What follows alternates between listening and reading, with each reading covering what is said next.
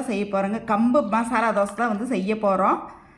அதுக்கு வந்து நான் வந்து ஒரு 4 மணி நேரம் வந்து கம்பும் துவரம் பருப்பு பாசி பருப்பு வந்து ஊற வச்சுருக்கிறேன் பாருங்கள். 4 மணி நேரம் மிக்ஸி ஜாரில் வந்து அரைச்சி எடுத்துக்கலாம். வரமிளகா, பச்சை மிளகா, சீரகம் இதிலே போட்டு அரைச்சிக்கலாம். கருவேப்பிலை வந்து ஒரு கொத்து போட்டுக்கலாங்க. நல்லித்தலை ஒரு கொத்து போட்டுக்கலாம்.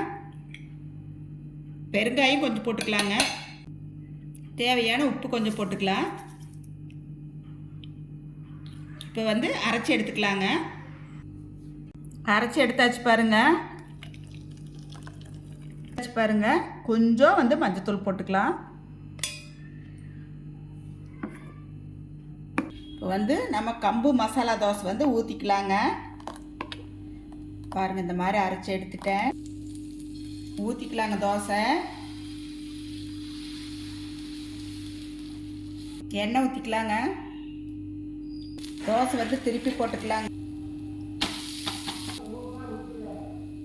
தோசை எடுத்துக்கலாங்க. இந்த தோசைக்கு வந்து ஒரு சட்னி தான் அரைக்க போகிறேங்க. பாருங்கள், வரமிளகா வந்து ஒரு 8 மிளகாய் எடுத்துருக்கிறேன். வெங்காயம், சின்ன வெங்காயம் வந்து ஒரு 8 சின்ன வெங்காயம் எடுத்துருக்கிறேன். ஒரு பல்லு பூண்டு, கொஞ்சம் உப்புங்க, கொஞ்சம் உப்பு.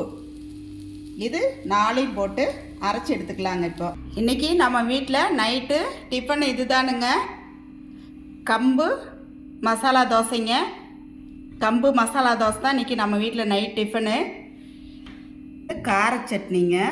பாருங்கள், தேங்காய் எண்ணெய் ஊற்றி இருக்கிற இந்த சட்னிக்கு தேங்காய் சட்னி.